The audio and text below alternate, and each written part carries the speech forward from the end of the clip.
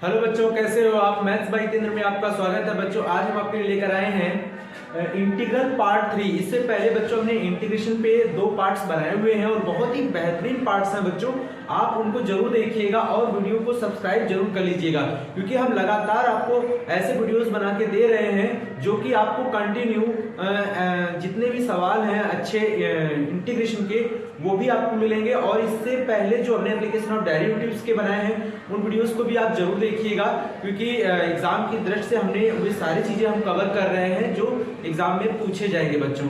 तो चलिए आज स्टार्ट करते हैं इंटीग्रेशन पार्ट 3 यानी इंटीग्रल पार्ट 3। इसमें क्या है बच्चों कि हम फॉर्मूले से रिलेटेड जो क्वेश्चंस हैं वो हम डिस्कस कर रहे हैं, ठीक है। तो चलिए आज हम लोग ट्रिग्नोमेट्रिकल फंक्शन है उसके बारे में पढ़ेंगे, ठीक है। तो जैसे मेरे पास ट्रिग्नोमेट्रिकल फंक्शन आ रहा है उससे पहले मैं एक और फॉर्मूला लेता हूं। जैसे इंटीग्रेशन हमें करना होता है 1/x dx का बच्चों, तो आपको पता है इसका integration log x plus c होता है। ये याद रखिएगा, क्योंकि आप इसको ये मत समझिए कि 1/x है तो x को ऊपर ले जाएंगे और x की पावर n टाइप का बना के इंटीग्रेशन करेंगे, तो आप गलत है। क्यों? क्योंकि इसको ऊपर ले जाएंगे तो इसकी पावर 1 हो जाएगा बच्चों, देन ये x की पावर -1 हो जाएगा और आपको पता है कि n कभी -1 नहीं होना चाहिए। तो इसलिए इसका इंटीग्रेशन जो होता है डायरेक्टली 1/x का log x होता है। अब हम क्या करेंगे बच्चों, इसी से रिलेट करने वाले जितने भी आपके इस फॉर्मूले से रिलेट करने वाले जितने भी इंटीग्रेशन है वो हम करेंगे, ठीक है। तो चलिए देखिए दूसरा इंटीग्रेशन हम इस टाइप का लेते हैं 1/ax प्लस b। आपको पता है this is the linear polynomial. बच्चों इसमें लीनियर पॉलिनोमियल क्यों है? क्योंकि इसमें x की जो डिग्री है ना वो 1 है।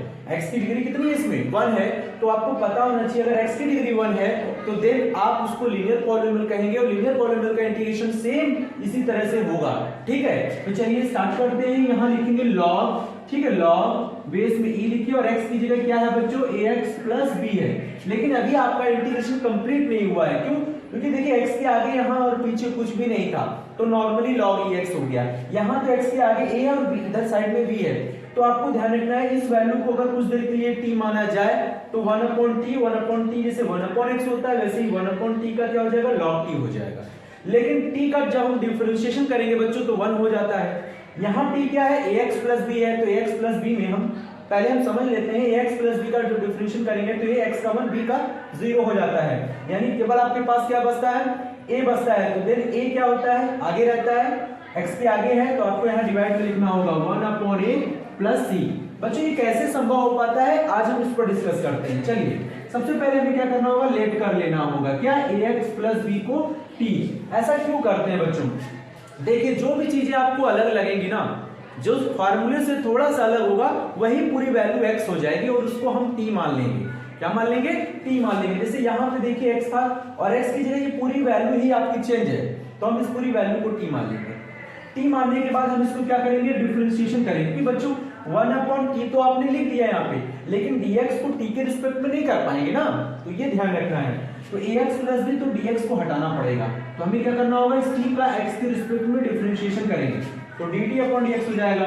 a हो जाएगा x का 1 हो जाएगा b का 0, यानी आपको मिलेगा a मिलेगा और फिर dt क्या हो जाएगा dx हो जाएगा बच्चों।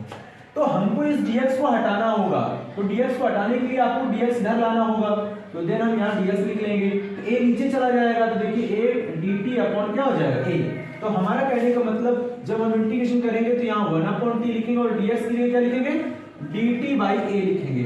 तो 1/a आगे कांस्टेंट का इंटीग्रेशन नहीं होता है बच्चों, तो ये आप नॉर्मली तरीके से इंटीग्रेशन कर सकते हैं। 1/t का क्या हो जाएगा log t प्लस c। और बच्चों याद रखना है फिर से आपको t की वैल्यू वापस लगानी है। t की वैल्यू क्या थी ax प्लस b। बस यही बच्चों आपका क्या हो जाएगा, आंसर हो जाएगा। जो आप देख रहे थे कि हमने शॉर्टकट में इसको बताया हुआ था कि डायरेक्टली आप ऐसे लिख सकते हैं, देन अगर मान के करते हैं तो आपको ऐसे करना होगा, ठीक है। तो ऐसे बहुत सारे सवाल हमारे लग सकते हैं बच्चों, ठीक है। तो हम ऐसे और भी सवाल लेते हैं। तो इस तरह के जो इस फॉर्मूले पे रिलेट करने वाले सवाल है बच्चों उसको आपको थोड़ा सा ध्यान देना होगा, ठीक है। चलिए हम और भी सवाल लेते हैं। 1/, बच्चों मैंने यहाँ लिख लिया 1/2x प्लस 3/2। और आपको कहें इसका इंटीग्रेशन करिए तो बस हमने कहा है सिंपली आप x को देखिए, अगर x डिग्री 1 है, देन आपको समझ जाइए कि 1/x का फॉर्मूला है और कुछ नहीं है। तो 1/x का फॉर्मूला यहाँ लगाएंगे तो लॉग हो जाएगा बेस में ई, x की पूरी वैल्यू लिख दी जाएगी 1/2x, और आपको डायरेक्ट ही करना चाहिए बच्चों, लेट करने में थोड़ा लंबा हो जाता है, देन आपको जल्दी करना चाहिए, जल्दी क्वेश्चंस को अटेम्प्ट करना चाहिए, ठीक है। तो x के आगे कितना लिखा है 1/2, क्योंकि हम इस वैल्यू का तो डिफरेंशिएट करने वाले हैं ना, तो 3/2 तो 0 हो जाएगा, और 1/2 और x का क्या हो जाएगा 1, तो 1/2 कहीं ना कहीं आपको dx को हटाने के लिए 1/2 को नीचे ले जाना होगा, तो 2 आपका ऊपर हो जाएगा, यानी 2 dt आ जाएगा। तो यानी कभी भी आपको ध्यान रखना है कि x के आगे अगर कोई भी नंबर मल्टीप्लाई में है, देन आपको इंटीग्रेशन में वो चीज डिवाइड में रखनी होगी, और x के आगे अगर कोई नंबर, ठीक है, डिवाइड में है, देन वो नंबर आपको मतलब आगे रखना होगा मल्टीप्लाई में, बस उसका उल्टा हो जाता है। अगर x के आगे जैसे 3 लिखा है तो इंटीग्रेशन में 1/3 हो जाएगा, अगर यहाँ 3/2 लिखा है x के आगे तो 2/3 हो जाएगा। इतना ही तो सीखना है इसमें, और कुछ नहीं, बहुत ही सिंपल है बच्चों। तो देखिए यहाँ 1/2 है, इसका उल्टा क्या हो जाएगा 2/1, तो आप 1 तो नीचे लिखोगे नहीं, तो देन यही हमारा आंसर हो जाएगा +c, ठीक है। और भी आप इंटीग्रेशन ले लीजिए, आप ऐसे लिख लीजिए x + 5 और यहाँ लिख दिया dx। अब आप कहेंगे यहाँ तो कुछ है ही नहीं x के आगे, तो कोई बात नहीं, आप इसको नॉर्मली लिख दीजिए log x + 5 और प्लस का क्या हो जाएगा c हो जाएगा। तो इस तरह का इंटीग्रेशन बच्चों आपको ऐसे करना चाहिए। तो चलिए हम ट्रिग्नोमेट्रिकल फंक्शन की बात करते हैं बच्चों। नेक्स्ट ट्रिग्नोमेट्रिकल फंक्शन की बात करेंगे, तो ट्रिग्नोमेट्रिकल फंक्शन का इंटीग्रेशन जैसे हम फॉर्मूला लिख रहे हैं बच्चों, सबसे पहले sin x dx, और आपको पता है sin x dx का इंटीग्रेशन क्या होता है, माइनस का cos x + c हो जाता है, माइनस का cos x + c हो जाता है बच्चों। अब हम इसमें चेंजेस करेंगे sin x में, देखिए यहाँ पे हमने लिख दिया sin ax + b dx। अब आप कहोगे यार आप कैसे इंटीग्रेशन करें, तो मैंने आपसे बोला अगर यहाँ x है और x की डिग्री 1 है, देन यहाँ देखिए फॉर्मूले में, तो आपके यहाँ पे भी x की डिग्री 1 ही होनी चाहिए, अदरवाइज कांस्टेंट कुछ भी हो कोई फर्क नहीं पड़ता है, सिंपल इंटीग्रेशन है, ठीक है। तो sin x का इंटीग्रेशन क्या हो जाएगा बच्चों, माइनस cos ax + b। लेकिन बच्चों मैंने कहा था जो चीज हमें x की जगह x का दिखाई देगा वो सारी वैल्यूज x होगी, तो ये सारा x हो जाएगा, देन इसी का हम t मानेंगे और t का मान के डिफरेंशिएट करेंगे, dx को हटा देंगे। लेकिन बच्चों मैंने आपको बताया था कि x के आगे अगर a लिखा है या कोई कांस्टेंट वैल्यू लिखी है, देन आपको ध्यान रखना है जब इंटीग्रेशन होगा तो वो वैल्यू अगर इनटू में है x के साथ तो डिवाइड में हो जाएगा, और अगर डिवाइड में है तो इनटू में हो जाएगा, इतना ध्यान रखना है। यहाँ देखिए x के साथ किस में लिखा है, इनटू में लिखा है, तो आपको यहाँ पे डिवाइड में लिखना होगा 1/a + c। अरे आप समझ लीजिए ऐसे इंटीग्रेशन को आपको विदिन 2 या 3-5 सेकंड में आप लगा लेंगे, इसमें कोई दिक्कत नहीं, बहुत आसान, आप ऐसे ही बता देंगे, ठीक है। और देखिए जैसे मैंने ले लिया sin x/2 + 5/2, और इस तरह का इंटीग्रेशन करना हो तो बच्चों ने कैसे करना चाहिए, तो ये भी वही चीज है, तो आपको लिखना होगा sin का होता है cos x/2 + 5/2। बच्चों हम देख रहे हैं x/2 यानी 1/2 x के साथ क्या है, इनटू में है 1/2, तो यहाँ डिवाइड में होगा, इसका मतलब उल्टा कर देंगे 1/2 का, तो 2/1 यानी केवल 2 आएगा + c। तो आप sin x का इंटीग्रेशन आपने सीख लिया।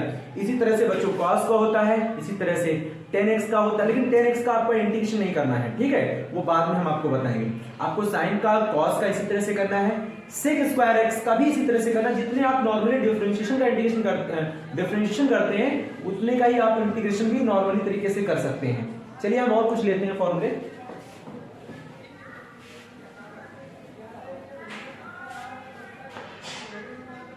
जैसे यहां लिखा है बच्चों, मैं ले लेता हूं sec² का, sec² x dx का इंटीग्रेशन क्या होता है बच्चों, tan x + c। याद रखिएगा tan x का इंटीग्रेशन करना अभी संभव नहीं है, हम आगे चल के उसको भी आपको सिखाएंगे, ठीक है। ये ध्यान रखिएगा sec² x का इंटीग्रेशन क्या होता है, tan x + c। इसी तरह से अगर हम sec² में चेंजेस करें, जैसे बच्चों लिख दिया sec² ax + b, हम इस तरह का इंटीग्रेशन आपको सिखाना चाहते हैं ताकि आपको कठिन न लगे, आप बहुत ही आसानी तरीके से इसको लगा सकें, ठीक है। तो sec² इतने को आप x मानेंगे या t मानेंगे, तो आप इसको डिफरेंशिएट करेंगे, तो हम sec² x का इंटीग्रेशन क्या करेंगे, tan x, यहाँ पे हो जाएगा tan ax + b हो जाएगा। बच्चों अब ax + b में x इनटू में है, तो यहाँ पे आपको डिवाइड में लिखना होगा, देन ये आपका आंसर हो जाएगा, चुटकियों में आपका आंसर मिलने वाला है बच्चों। इसी तरह से बच्चों हमें लिखना होगा cos² x का इंटीग्रेशन, cos² x dx का इंटीग्रेशन क्या होता है, माइनस का cot x प्लस c। अब हम इसमें भी वही चेंजेस कर देंगे, तो cosic स्क्वायर मान लीजिए लिख दिया x/2 या केवल x/2 लिखा है बच्चों, तो हमें कैसे करना चाहिए ये ध्यान रखना है, ठीक है। तो cosic स्क्वायर x का होता है माइनस का cot, और जो यहाँ है वही लिखिएगा x/2, और x/2 में 1/2 देखिए आगे है, इनटू में है, तो आप डिवाइड में कैसे करेंगे 2/1, तो यहाँ 2 लगा दीजिए, देन आपका आंसर हो गया बच्चों।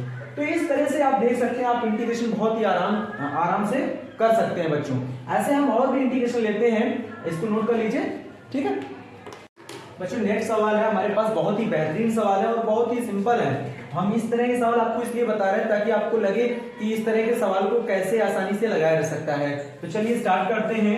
सबसे पहले आपके पास है sec स्क्वायर x, नीचे लिखा है cosic स्क्वायर x dx का इंटीग्रेशन करना है। बच्चों कभी कभी क्या होता है ना कि जो हमारे पास इंटीग्रेशन होता है थोड़ा सा उस पर ध्यान देने की जरूरत होता है, क्या कि इंटीग्रेशन करते समय कभी कभी आपको बिल्कुल बना बनाया मिल जाता है और कभी कभी आपको बनाना पड़ता है।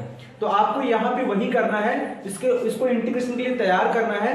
देन जब ये इंटीग्रेशन कंडीशंस पूरी तरह से क्लियर हो जाएगी तब आप इंटीग्रेशन करिएगा, ठीक है। सबसे पहले आपको ध्यान रखना है कि sec स्क्वायर x का इंटीग्रेशन तो कर लेते हैं, बट cosic स्क्वायर x कहाँ जाएगा, तो cosic और sec के कॉम्बिनेशन से मुझे एक क्लियर इंटीग्रेशन चाहिए, ठीक है। तो वो हमें क्या करने के लिए इसको थोड़ा सॉल्व करना पड़ेगा। तो ऐसे सवाल को करने का सबसे बेहतरीन तरीका है बच्चों, आप साइन कॉस में ब्रेक कर लीजिए, आपको अपने आप फॉर्मूला मिल जाएगा, ठीक है। तो sec स्क्वायर x को क्या लिखेंगे, sec स्क्वायर x आपको यहाँ लिख सकते हैं 1/cos स्क्वायर x, क्या लिख सकते हैं 1/cos स्क्वायर x, और cosic स्क्वायर x को बच्चों लिख सकते हैं 1/sin स्क्वायर x। देख रहे हैं किस तरह से लग रहा है, और यहाँ लिख जाएगा dx। बच्चों ये sin स्क्वायर x कहाँ चला जाएगा, ऊपर चला जाएगा, ये ध्यान रखना है sin स्क्वायर x, और नीचे क्या हो जाएगा cos स्क्वायर x dx हो जाएगा। अब बच्चों sin/cos क्या होता है, tan स्क्वायर x, क्या होता है tan स्क्वायर x dx हो जाएगा। लेकिन बच्चों हमने इंटीग्रेशन जब किया है तो हमें पता है कि इंटीग्रेशन जो होता है वो tan स्क्वायर x का नहीं होता है, वो इंटीग्रेशन होता है sec स्क्वायर x का। तो हमको इसको चेंज कर देना चाहिए। चेंज कैसे करेंगे बच्चों, tan स्क्वायर x का फॉर्मूला होता है sec के टर्म्स में sec स्क्वायर x माइनस 1 और dx। तो sec स्क्वायर x का इंटीग्रेशन अब आराम से कर सकते हैं बच्चों। sec स्क्वायर x का इंटीग्रेशन क्या हो जाएगा, ये हो जाएगा tan x, और 1 का इंटीग्रेशन बच्चों x होता है, और प्लस ही ये आपका आंसर हो गया। बहुत ही बेहतरीन है, बहुत आसानी से आप लगा सकते हैं बच्चों। आप चाहो तो इंटीग्रेशन का इंटू कर सकते हो, integration sec square x dx हो जाएगा, फिर माइनस इंटीग्रेशन ऑफ 1 dx हो जाएगा। नॉर्मली आना आपका यही है, ठीक है। तो चलिए हम दूसरा लेते हैं, अब ये वाला सवाल लेते हैं बच्चों।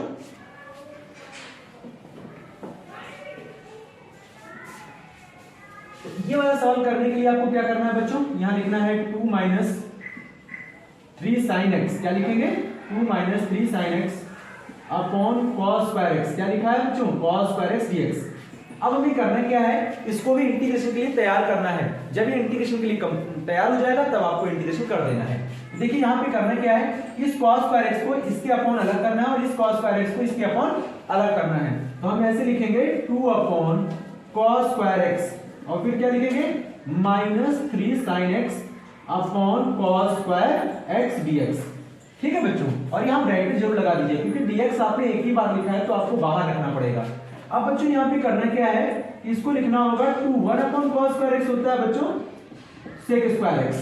अब देखिए यहाँ -3 लगाइए, sin/cos क्या होता है, देखिए बच्चों यहाँ cos स्क्वायर 2 टाइम्स है, तो एक cos sin के साथ रखिए और एक cos अलग कर दीजिए, तो sin/cos क्या हो जाएगा 10x हो जाएगा, और एक cos जो बचेगा 1/cos क्या होता है बच्चों, वो sec x हो जाएगा। अब आप आराम से इंटीग्रेशन कर सकते हैं, ये इंटीग्रेशन के लिए तैयार है। तो आप 2 का तो इंटीग्रेशन नहीं करेंगे क्योंकि कांस्टेंट वैल्यू है, इंटीग्रेशन केवल sec स्क्वायर x का होगा बच्चों। तो आप यहां लिखेंगे 10x फिर -3, 10x sec x का इंटीग्रेशन sec x होता है बच्चों, क्या होता है sec x प्लस c, और ये आपका आंसर हो गया। बहुत ही आसान, ये थी 2 से 3 मिनट्स में आप दोनों सवाल को आसानी से लगा सकते हैं बच्चों, ठीक है। तो ऐसे हम और भी सवाल ले रहे हैं, आप इसको नोट कर लीजिए बच्चों। ये बहुत ही बेहतरीन सवाल है, ठीक है। इस सवाल को आपको कैसे करना है ये हम बताएंगे आपको, ठीक है। d/dx fx is equal to 4x³ minus 3/x⁴ such that f2 is equal to 0, find fx। आपको ये बताना है बच्चों कि fx की क्या वैल्यू होगी, जबकि कंडीशन हमारे पास गिवन है। अब आप देख सकते हैं कि हम किसी भी वैल्यू का जब डिफरेंशिएशन करते हैं, जैसे मैंने डिफरेंशिएशन किया log x का, तो क्या आता है बच्चों 1/x आता है ना। तो कहने का मतलब ये एक तरह का fx हो गया हमारा, और उसका ये इंटीग्रेशन हो गया। तो कहने का मतलब ये रिजल्ट आया है, तो रिजल्ट में हम इसी वैल्यू का तो इंटीग्रेशन करते हैं, फिर हमको ये मिल जाता है। तो बच्चों ये सीखना है, यही चीज यहाँ अप्लाई करना है बच्चों। तो चलिए हम सबसे पहले क्या करेंगे, इस fx को यहाँ पे जो d/dx लिखा है बच्चों, इसको हटा देते हैं और इधर इंटीग्रेशन लगा देते हैं, क्योंकि हमको पता है कि इसका जो इंटीग्रेशन होगा वही तो इसका रिजल्ट होगा इंटीग्रेशन का, क्योंकि इसका डिफरेंशिएशन ये है तो इसका इंटीग्रेशन का रिजल्ट ये होगा। तो ये चीज ध्यान रखना है बच्चों। तो चलिए इसका इंटीग्रेशन कंप्लीट करते हैं। देखिए 4 कांस्टेंट है बच्चों, आगे आ जाएगा x की पावर n का फॉर्मूला है ये, तो इसमें एक ऐड कर दीजिए 4, और यहाँ पे इंटीग्रेशन कैसे करेंगे, x की पावर 4 है बच्चों, इसको ऊपर ले जाना है, ये ऊपर जाके बच्चों ऐसे लिख जाएगा x की पावर -4। और इसका इंटीग्रेशन कैसे करते हैं आप बताइए, इसका इंटीग्रेशन -4 + 1 करेंगे तो -3, ये भी हो गया -3। तो आपको यहाँ लिखना होगा x की पावर -3, नीचे हो गया -3 प्लस c आप जरूर ऐड करिएगा, ठीक है। तो ये चीज ध्यान रखिएगा।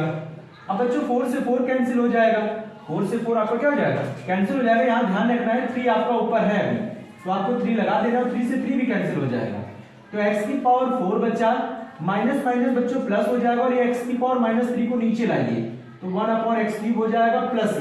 देखिए आपको fx मिल गया, लेकिन बच्चों आपको fx ही चाहिए, लेकिन fx तो मिल गया, ये fx तो मिल गया, लेकिन इस वैल्यू का कहीं भी यूज नहीं हुआ है। ये क्यों नहीं हुआ है, अब उसका यूज करना है। यूज इसलिए करना है क्योंकि fx की वैल्यू जब भी निकाले तो उसमें कांस्टेंट नहीं होना चाहिए। तो जब कांस्टेंट नहीं होना चाहिए तो उसके लिए कोई कंडीशंस गिवन होनी चाहिए, तो वो ये गिवन है, ठीक है। तो हमें क्या करना है, यहाँ देखना है x की जगह कितना लिखा हुआ है 2, तो आपको यहाँ पे पुटिंग करना है x = 2, तो आप यहाँ लगा दीजिए f2 = 2 का 4 पर मल्टीप्लाई करेंगे तो 16 हो जाएगा बच्चों, और यहाँ 8 हो जाएगा प्लस c। इसको थोड़ा सा सॉल्व कर लीजिए, इसका एलसीएम लेंगे तो कितना हो जाएगा, 8 एलसीएम आएगा बच्चों, ठीक है। और यहाँ हो जाएगा 16 8 होता है 128, ठीक है, और प्लस का हो जाएगा 1, और बच्चों यहाँ प्लस सी यानी कुल मिला के आ जाएगा 129/8 प्लस सी, यानी f2 की वैल्यू क्या आ गई बच्चों, और f2 हमारे पास गिवन है बच्चों, f2 हमारे पास कितना गिवन है 0, तो आप 0 लगा दीजिए, यहाँ पे 0 लगाएंगे तो यहाँ मिलेगा 129/8 प्लस सी। तो यहाँ से जब c निकालेंगे बच्चों तो आपको मिलेगा, इधर ले आइए माइनस का 129/8, ये c मिल गया। अब आपको करना क्या है ना, हमको fx निकालना है बच्चों, क्या निकालना है fx, तो ये c हटाना पड़ेगा। तो हमको करना क्या होगा, fx = लिखना होगा, क्या लिखना होगा, fx = ये जो c की वैल्यू आई है आपको इस इक्वेशन में रख देना है, ठीक है। तो आप क्या लिखेंगे, x की पावर 4 + 1/x³, और c की वैल्यू कितनी है -129/8 बच्चों, ये आपका आंसर होगा, ठीक है। तो फिलहाल बच्चों आज के लिए इतना ही। वीडियो कैसा लगा आप कमेंट्स करके जरूर बताइएगा, और वीडियो को सब्सक्राइब कर लीजिएगा। Thank you very much.